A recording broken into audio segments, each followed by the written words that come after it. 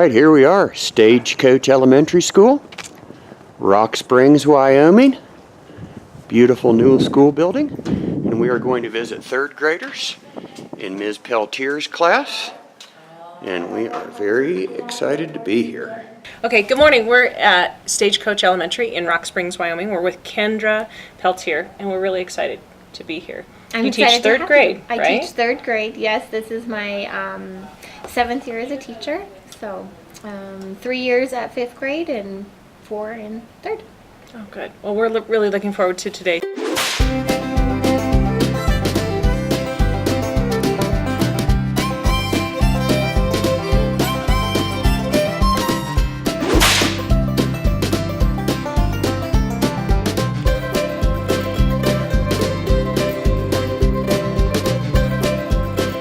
So we kind of talked to you about thinking through your literacy lessons, and so we just have a few questions that we want to start with. And the first one is just for you to describe really your language arts teaching approach. Yeah, I mean, I just try to do whatever works for the kids in the moment. Trying to be the best prepared that you are, knowing your kiddos, and then developing lessons from there, whether it's differentiation or different activities, getting the kids up and going.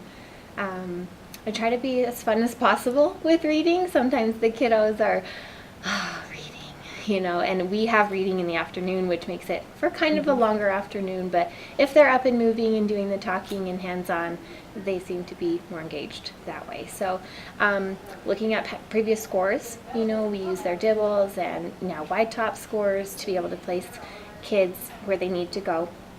We're fortunate enough to have 3 different teachers here, and one of our teachers takes our lower kiddos and some of our special education kids, and they get more support, small group, few extra teachers in that room and reteaches and things like that. So that helps the other kids grow in other classrooms, being able to reach other kids that way. And so with that, you described a little bit about some of your assessments, so we'll kind of come back to that. Yeah. But what really is your approach? Like, how do you organize your reading lessons? You have a core reading program, right? We do. We teach ReadyGen. And so I kind of typed this so I wouldn't forget. But to differentiate with ReadyGen is a little bit more tricky, I've noticed. We used to be able to have reading mastery, which put kids at every level that they needed to be at. But ReadyGen is a new program to us, so getting familiar with it and having trainings with it, preparing it in, I guess, like, having your manual is not how I always teach. I teach with what works for the kiddos and what they need out of that specific lesson versus teaching every single piece of ReadyGen every single day. There's a foundational skills lesson that my group of kids doesn't necessarily need in, learning CBC and reading patterns. They don't really need that, where the other group of special ed kiddos, they need that piece. So I kind of cut that out, and if they need it, I teach it. They do a 6-minute solution when they come in the morning, and then we do a little bit of vocabulary instruction, and I've also changed that up depending on what they've needed. So we've taught vocabulary that ReadyGen has given us, and I've talked to my partner teacher who comes in, we kind of co-teach together, and it wasn't effective. The kids weren't really learning how to actually learn vocabulary. It was like, do they need this word for the rest of their lives? No. And so teaching them more context clues and prefix suffix roots and those kind of vocabulary lessons. So right now we worked on context clues, which you guys will see in the lesson today. So bringing it into the 6-minute solution with fluency and some accuracy. And then we do a mini lesson on some kind of vocabulary. And then a core reading for about 30 minutes, where they would have a whole group or peer reading or something like that, with some close reading strategies put in with questioning and main idea and things like that. And then we break into small group instruction. So they would learn a specific skill, and one group would come to me and one with my co-teacher, and then they have like an on their own station. Nice. And then we'd go into some writing. Okay. So with that, you've talked a little bit about some of your assessment strategies. So you use dibbles as part of your assessment package, and then obviously doing some observation of what you feel like the kids need. anything else that you use to kind of help assess and guide your instruction? Yeah, ReadyGen has some built-in assessments that they have, but they're kind of lengthy. They're anywhere from 30 to 33 questions sometimes. And because I don't teach that foundation skills piece, I cut those questions out because they weren't taught it, they obviously don't need it, so we don't assess it anymore.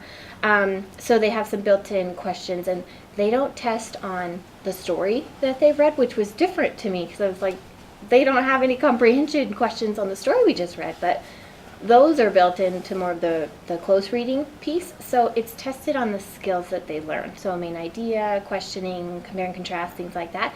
So they'd read a separate story, and then it addresses the skills that they've already learned.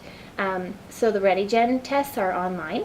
We printed them off at the beginning of the year so the kids can learn to highlight and underline, going back to find evidence, things like that. And now they're used to the online assessments. Those are like every 5 to 7 lessons, they'll have a built-in assessment. And then I've also added in leveled readers, which ReadyGen has in, but there's no activity or anything with them. There's questions at the back, but I've made my own leveled reader worksheets where the kids can read a book on their level in their group that they're placed in because of their DIBEL scores, so based on their Lexile, and then typing questions that they need to work on with the skills that they've been taught. So kind of an ongoing assessment, and then they have the end assessment with the ReadyGen. Great. Okay. So as we kind of look through some of these other questions, you have a great organization for your literacy block. So then describe your approach with classroom management. I am fortunate to have a very special group of kids this year. They could run this class if they want to do all by themselves. Building that foundation and that relationship at the beginning of the year, though, is so important to me, and having that open communication with parents so the kids know it won't leave this classroom without parents knowing what you did today. They know about their choices and what they did, and I put that on the kids. You have consequences for what you chose to do today. So I use clip chart, whether they clip up or down on the clip chart, and that is a personal piece. But then to manage their own, I use a wallet system so they can earn money if they are on a good color for their clip chart, or they lose money depending on what color they are on their clip chart. They have class jobs, and every day one they switch jobs, and then they get paid for their job. If they were not doing their job appropriately, they get fired. So little pieces like that. But do you want to know about like pencil sharpeners, bathroom breaks? We'll do some videoing today, just of your classroom environment. Yeah. But if there's something that really stuck out to you that you feel is critical, because I think classroom management comes from obviously being in the classroom and being with your group of kids, and every year is different. So it is. I would say the beginning of the year, that foundation and that relationship and setting those expectations. I have very high expectations for the kiddos, and they know that, and they stand to it. Subs comes in and it's no different, and they run the classroom, and I leave my management book there for them, but they don't need it because the kids know, and they know what happens if they don't follow it. So developing that relationship with them and having that open piece, they know that this is their classroom, not mine. And if they disrespect it, then you're disrespecting your own rules. At the beginning of the year, they set teacher expectations for me, and they got posted on my desk all year long. It actually just fell down when we were rearranging the room, but they make their own rules at the beginning of the year, and they're up the rest of the year. And then we say a class motto every day, so building that piece that this is our class and these were our rules, and if I break it, that was my choice. Okay. All right, so we're going to see a couple of things today when we come back. Give us a little snapshot of what your objectives are for the plan that we're going to see today. Yeah, they're going to read a story that they've been working on with background knowledge. This new curriculum, we weren't sure of the organization of it or what it looked like or concepts that they're going to learn. Back in like November or something, we did this whole natural disasters unit, and comes out of it right now. So it would have felt a lot better if we were to be able to do cross-curricular activities. in building in some STEM projects, but it's a natural disaster is their story. And they just learned about weather and cloud types and the water cycle and where these natural disasters can come from. Now it's more of a in-depth version of what happens in a natural disaster and what can you do to prevent or prepare for that. So that's kind of what the concept of it is. Okay. With that, they'll be working on some cause and effect, as well as some word relationships that they can see and making connections to those words. So here's what it was like in the story, but what does it mean to me? When they do reading today, you'll see some context clues lessons at the beginning, and then we'll get into our actual story, and then they're going to have some Kagan structures built in. Are you guys familiar with that? And so they'll do a mixed pair share, and then I believe it's a rally coach that they're doing with their partner. And we're only going to read a snapshot of the story, and then for time purposes, we'll break into small group. They'll finish their story, and they'll continue working on some of those activities with main idea and details, and then bringing that into a paragraph. Great. Okay. Well, we're really looking forward to meeting your group of kids. Yeah, they're pretty awesome. That'll be great. Okay. Yeah, thanks. Thank you for coming.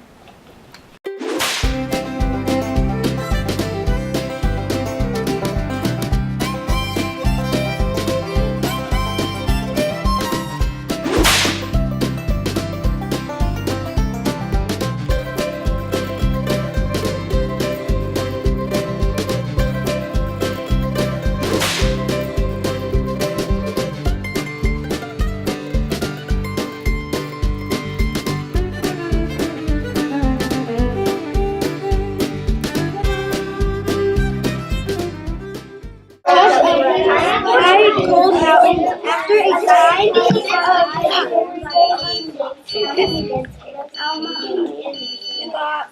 Partner A, get set, go. Flows slowly down. Mountains break straight. The earth drops into flats. They also move trees and paths. Oh. Hey, you have 30 seconds. When you're ready, I will give full directions. I'll wait. Brilliant, I'll wait. 30 seconds, partner A. Please retell what you remember. People in town, they were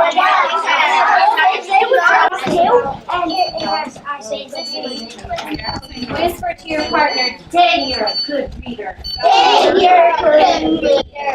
You have 1 minute to finalize your graphs. And Henry will be collecting the red pens. Okay, so for your next activity, we will be reviewing context clues. We've done page 3 together. You are going to do page 3A. Page 3A with your partner next to you. If partner B will start us off, and then A, you can do the next one, and we will compare with our face partners when we're done. Who is starting us off, everyone? B. Who is doing the next one, everyone? A. Work with face or shoulder? Face.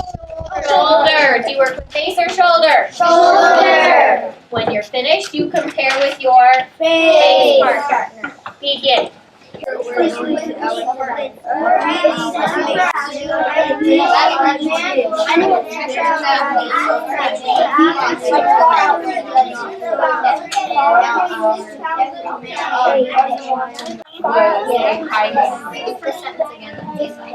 get what I'm saying?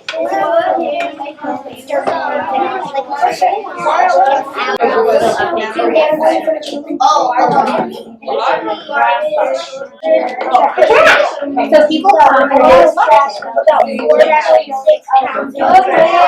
Some trash. About 10 seconds to finish up your conversation with your shoulder partner. Super. Stand shoulder to shoulder with your face partner and compare your answers. Okay,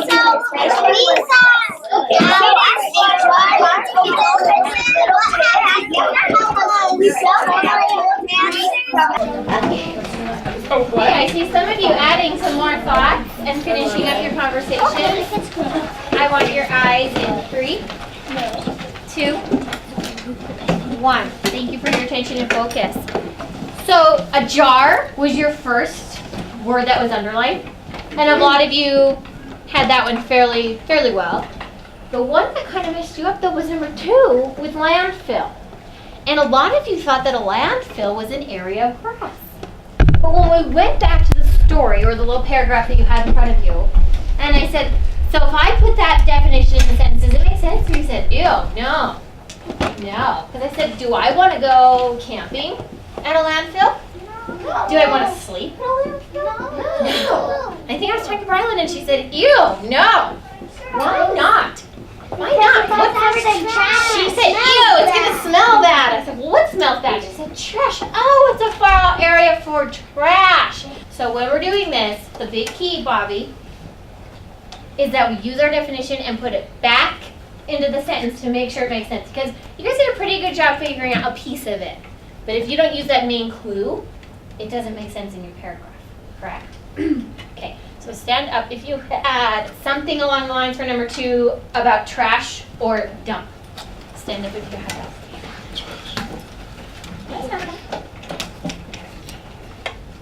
Okay, touch It's down. okay if you didn't. Yeah, it's fine.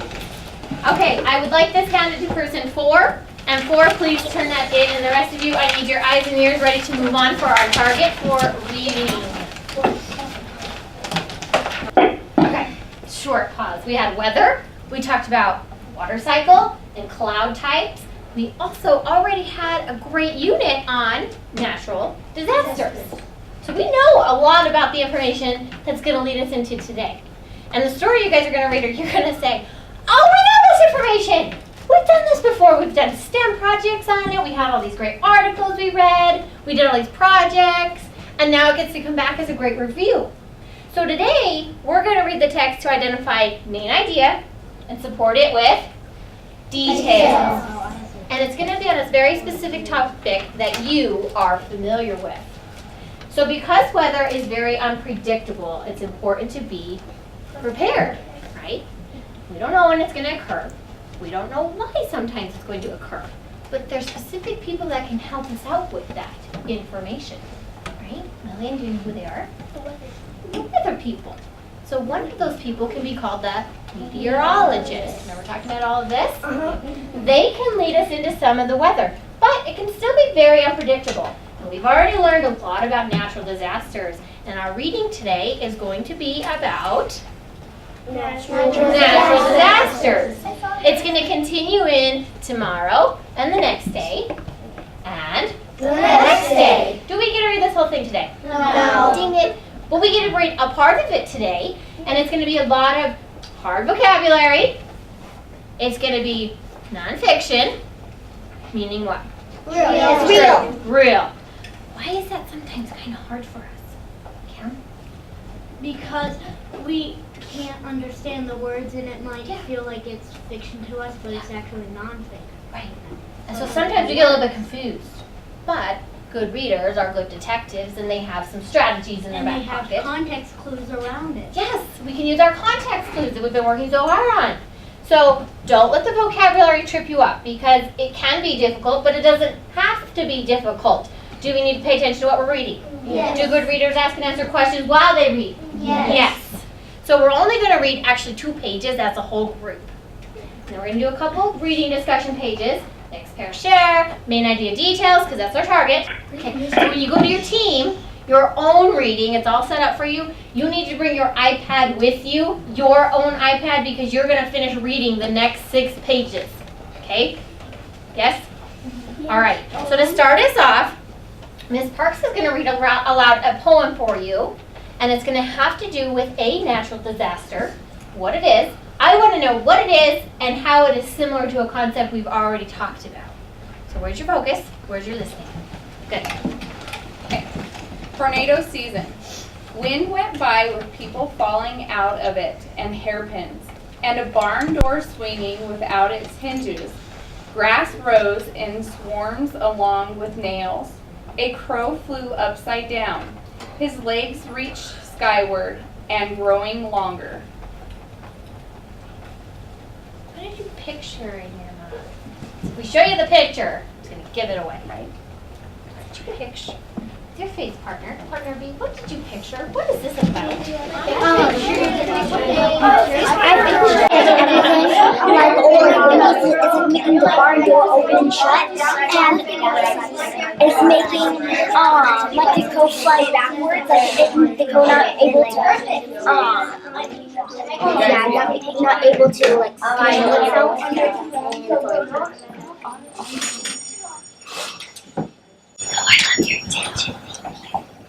Shelby, what did you picture? What did your partner say she pictured? Hayden said that she pictured a barn and there was a tornado next to it. I heard your picture that you saw, and I also heard a natural disaster.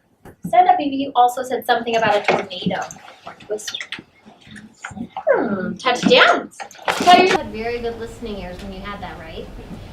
Can you go ahead and show them the picture now, and we'll see if we do see some of the things flying around here. So you do see the crows.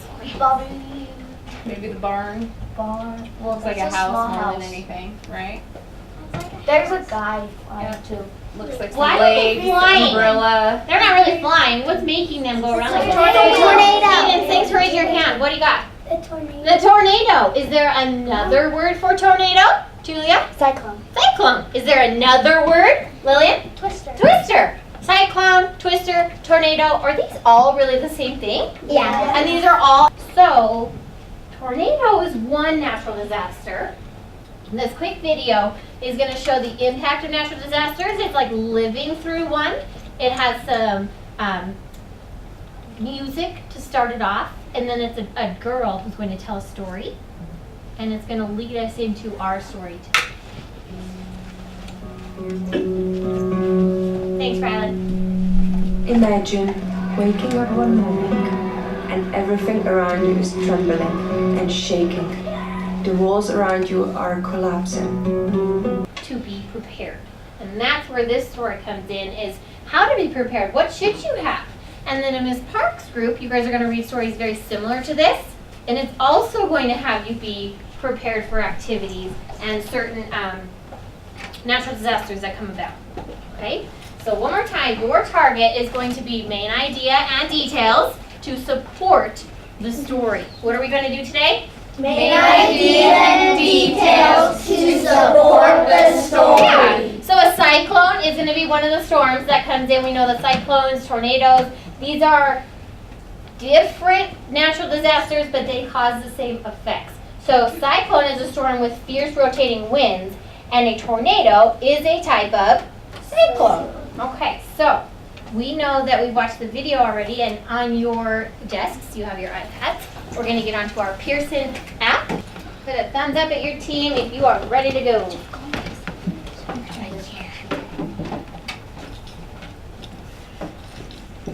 Good job. We're getting there.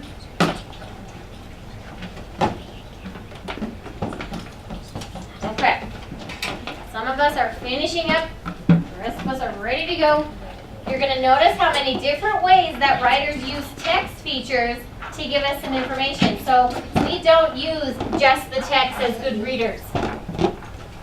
There's a very clear picture to help us understand what this is going to be about. This is clearly some kind of flood or tsunami, right?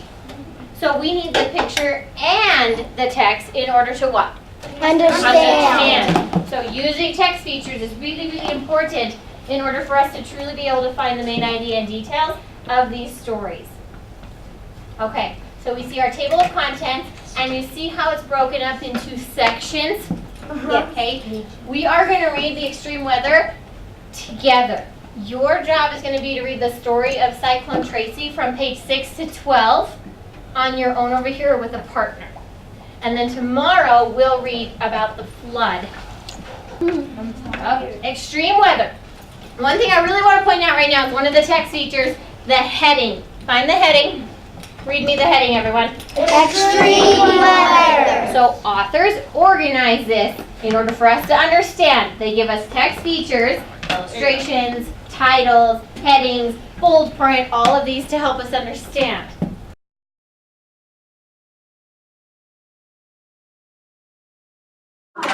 Please, Obviously. clear. water. So that means no water, and it's safe for about earthquake rescue. So in the story, it said that very quickly was like in a short amount of it's all going to be about Where would that have been used in the story in a short amount of time? I think like maybe Cyclone can happen in a short amount of time. Why did it happen? What do you think you will learn from You this? did a lot of destruction with that small but severe. How do we do that? So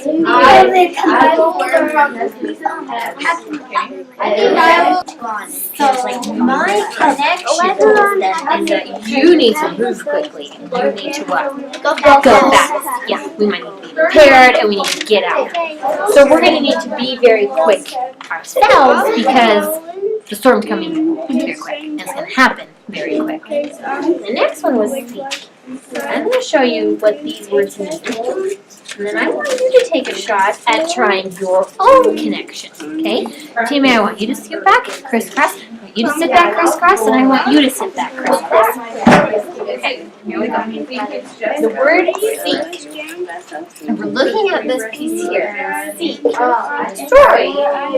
Meaning a lot of different things to us, but in the story, it says seek shelter, so they're looking for covering, okay?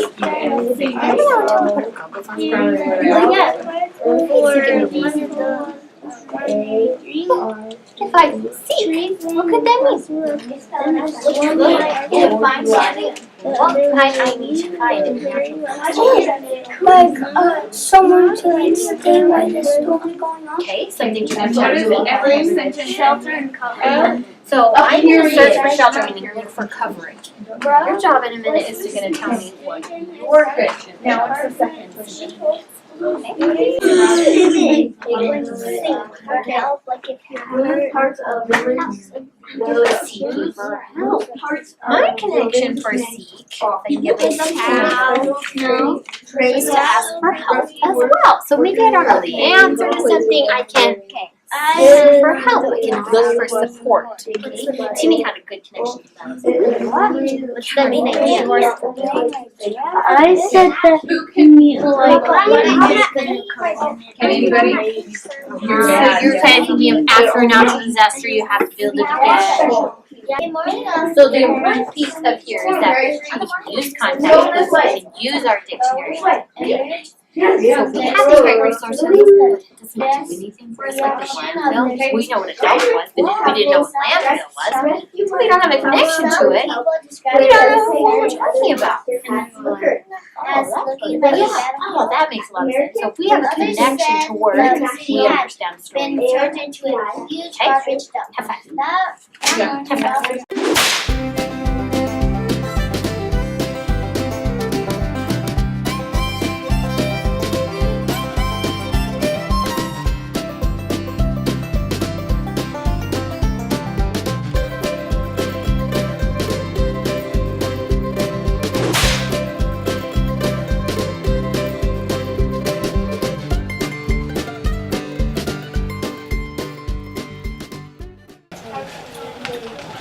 When you're finished, we have about 20 seconds of the context clues activity as a rally coach with your shoulder partner. There are 5 pieces at the bottom, but you do need to read the top portion in order to understand. These are different than context clues, but it's still a very important word analysis strategy that we need to know about. While we're waiting, begin reading about homographs on your paper with your shoulder partner. we need one more this A homograph is a word that has the same spelling as another word, but it has a different meaning. Here are some ball homographs. Okay, well, I'll read the first one.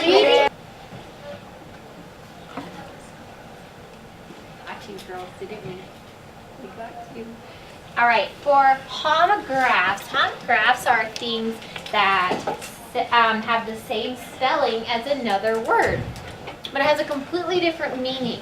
So the reason we need to know about context clues, so we know what word they're talking about, right?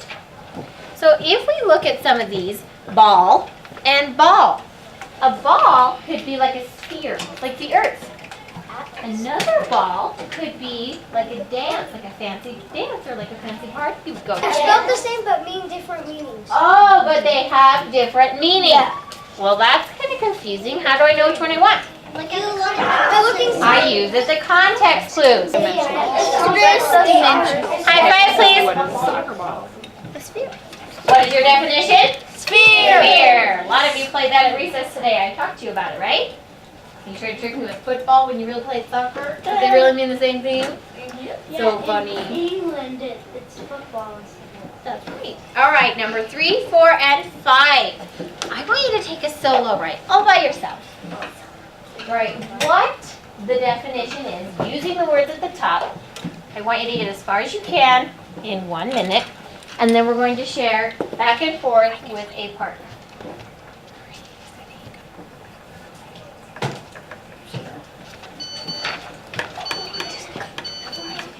Okay, pencil down. You're going to go with a partner. I'm going to play music. You stop. You pair up. You compare. I'm going to play music again. You stop. You pair up. You compare. Mixed pair shares what we're going to do. When the music plays, I need you to dance. Stand up. Move around. Get some energy to your brain.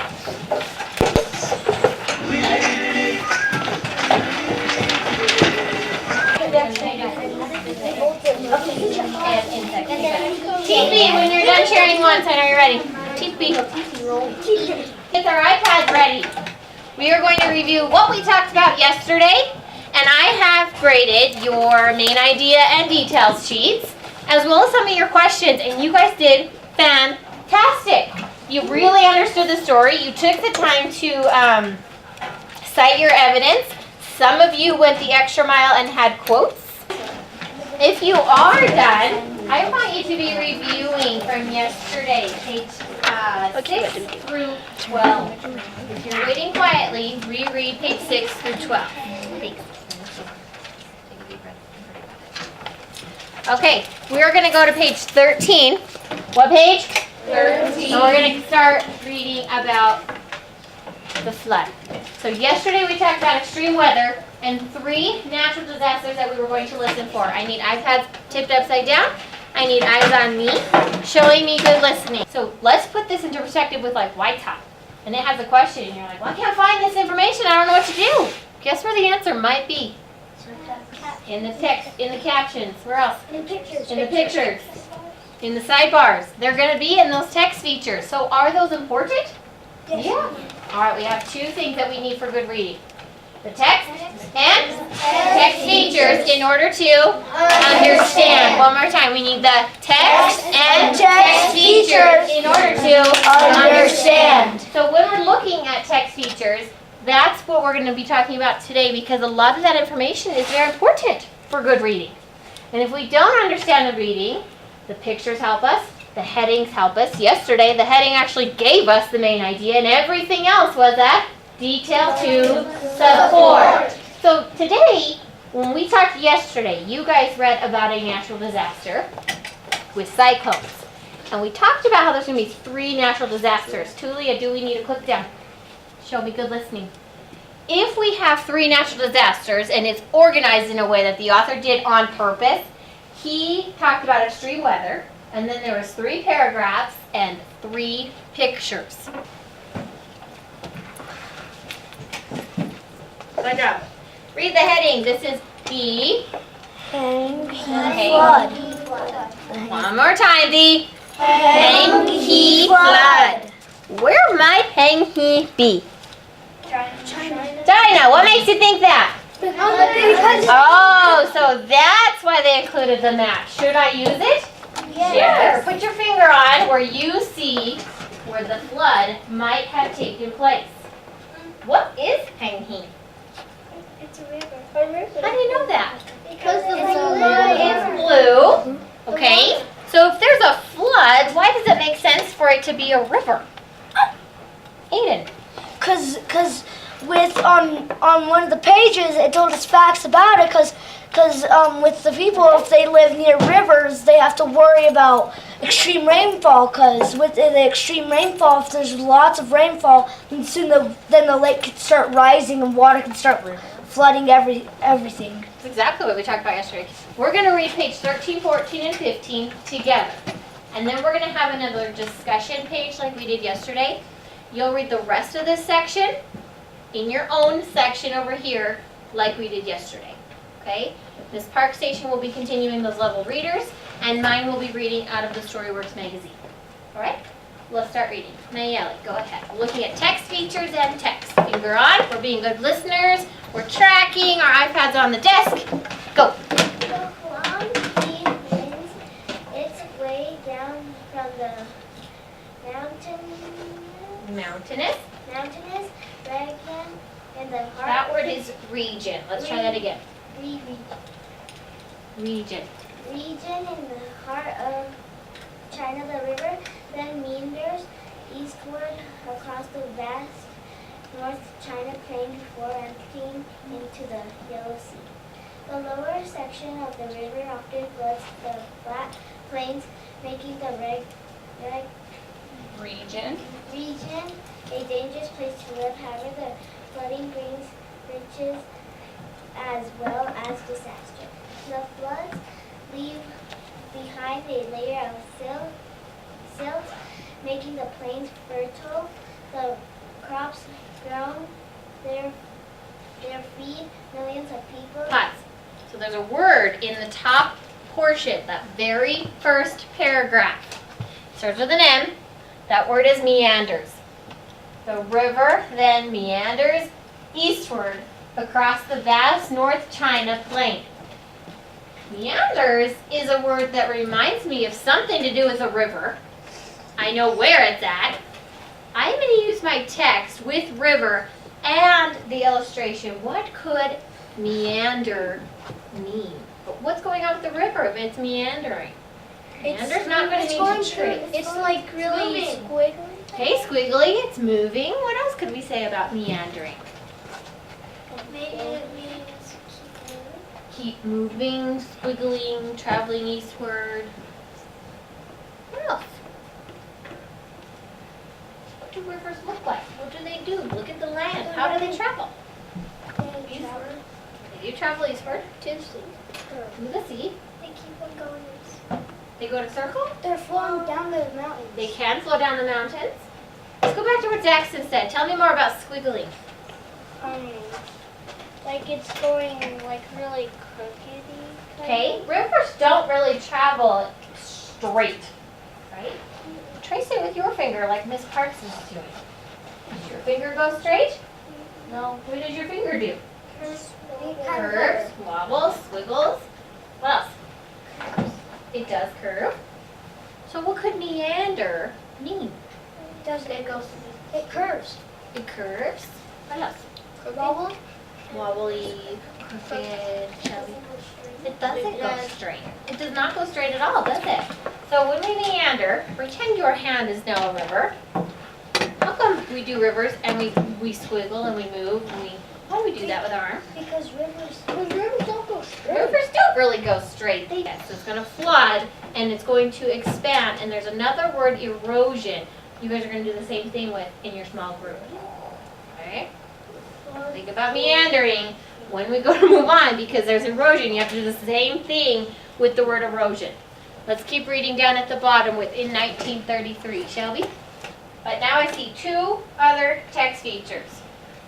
Give me a thumbs up when you know two features you see. Miss Parks is giving you a hint. What are those called? There's two. I see two of them. Miss Parks is giving you a hint. With your shoulder partner, B, tell A text feature, and A, tell the other one. Go ahead. I got text features. I mean, no. They are text features. That's right. Good job, bud. Captions and pictures. Good job. That's another word for picture. So I'm hearing picture and picture and picture. Did we get the other one? Caption. So we have a picture or an illustration and a caption. Do those go together? Yes. Are they important? Yes. What do you think this is a picture of? China. A place in China, and it was probably the China, what? Chinese flag? Yes. China. What makes you think that? Oh, because it's 1933. There you go, the 1933 flood.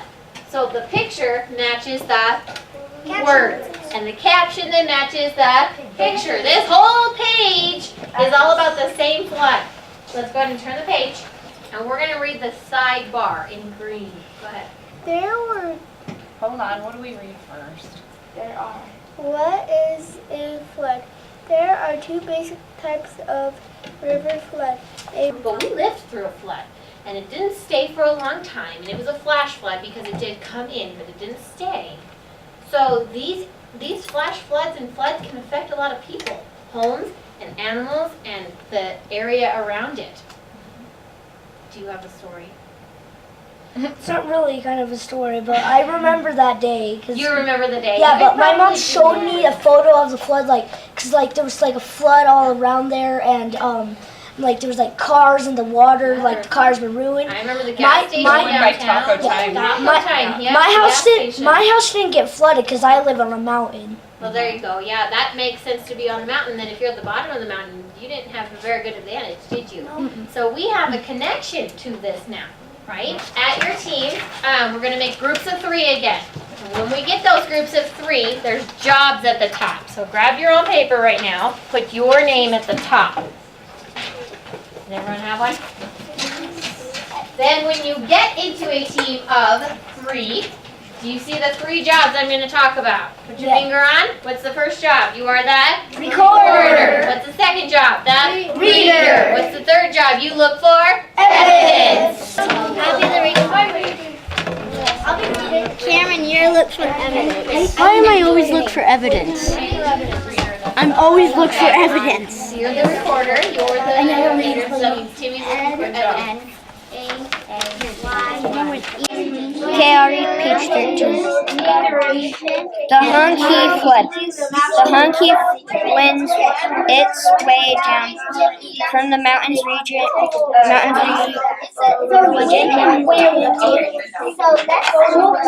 mountainous region. Let's pick up. Does it say The picture shows. no? It shows the ditches with the water inside and dirty. That's a yellow water. So the evidence shows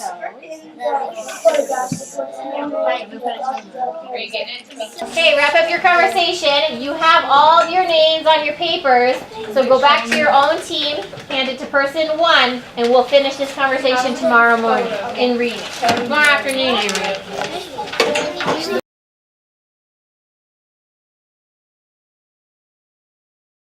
Stations today. On my own or with a partner. There's directions over here. You need your iPad. Miss Parks has her team all set up back over in the back. And my group, you're going to be working up here in a Storyworks magazine. The only thing you need with me and Miss Parks is a pencil. You need your iPad over here on your own. Please move to your first station. because they each have Wind. So the title's wind, so there's our text feature that we need to look at. And this is going to be about a storm that teaches the girl about the power of community. So it's going to be a natural disaster, and she's going to learn how the community comes back together to support each other. Okay? Finger on Naily, why don't you start reading? wind. A new storm teaches a girl about the power of community. I'm writing a letter to my dad. He's away in the army. Gone for at least a year. I love how you guys cited evidence. You had your finger on, and you found the correct answer by going back to the text. Go ahead and turn the page.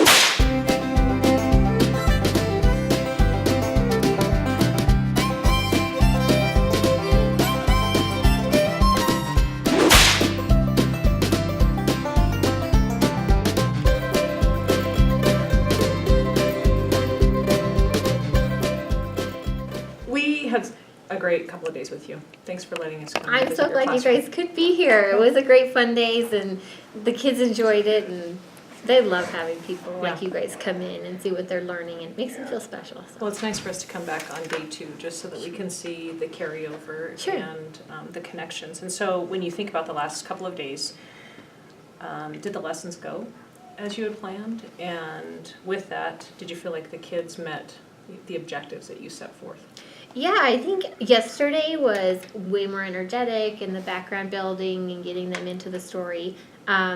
Miss Parks coming right in and just joining right what we were doing the whole time and working together with her was very nice for the kids to be able to see, the board and what's going on, so we could see the different text features and things like that.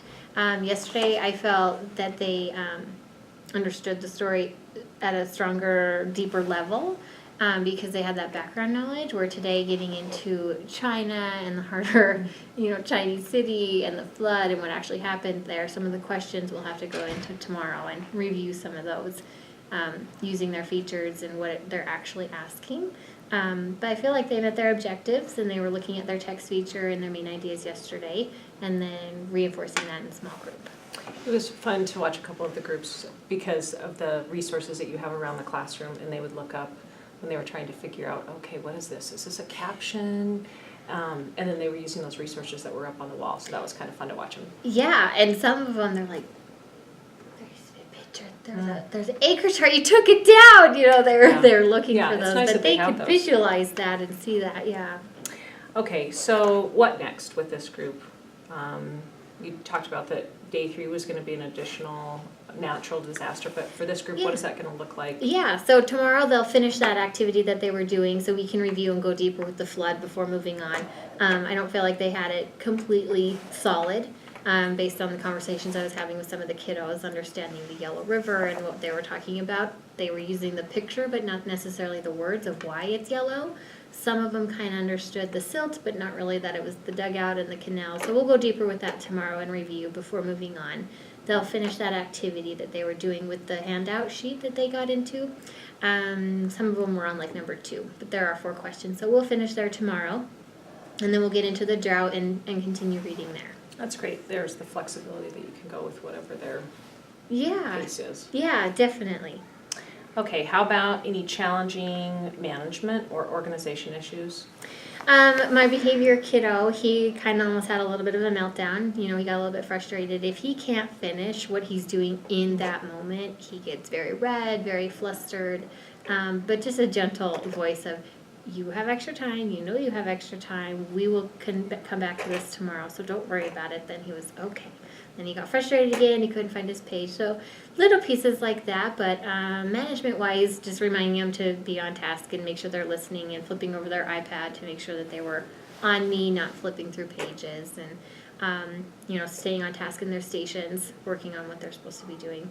You have a lot of cues that just remind them of what they need to do, and they obviously have a lot of that self-discipline to know what comes next or what their task is supposed to be. Yeah, and having the extra adults in the room definitely helps too, with Miss Parks and I, and then with you guys, they were like, don't talk, don't move, don't say anything, don't breathe. I'm like, what's wrong with you guys? Fine. Like, you can have fun. So the extra adults definitely do give some extra support, and they're very respectful with Miss Parks. Her authority is my authority in there, and definitely that control. So another question that I had for you, you use a lot of the Spencer Kagan strategies. Yeah. Do you start teaching those to the kids day 1? Day 1, beginning of the year. And part of my PDP this year is to focus on one of the Kagan strategies every month, so we can review on everything we've already learned, but then really focus on one every single month. So this one is mix, pair, share. And that's why we've been doing so much of that, is this month is a mix, pair, share strategy. Last month was rally coach, so some of the strategies have been to work with your partner, A, go first, then B, and teach each other. They worked on that one a lot last month. And then we'll just do one each month to focus on it and review and keep building that in there. But to really have that solid team building and class building at the beginning of the year, we do it with more of the fun activities versus the content.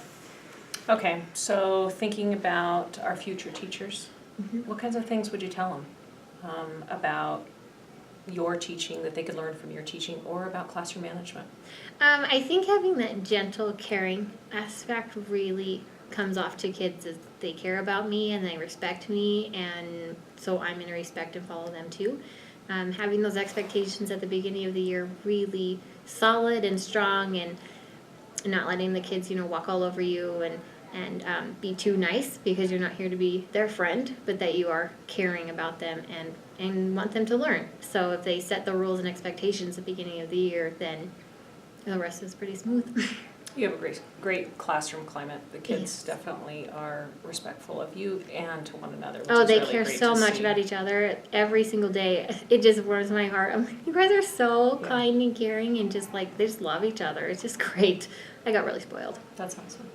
Well, we're going to come back to Rock Springs. I'm sometime. so I good. don't know when. Come but in thanks for whenever. letting us Surprise come. us. Come Okay. tomorrow. Okay. Yeah, that'd be great. We'd love to have you. All right. Thanks Thanks again.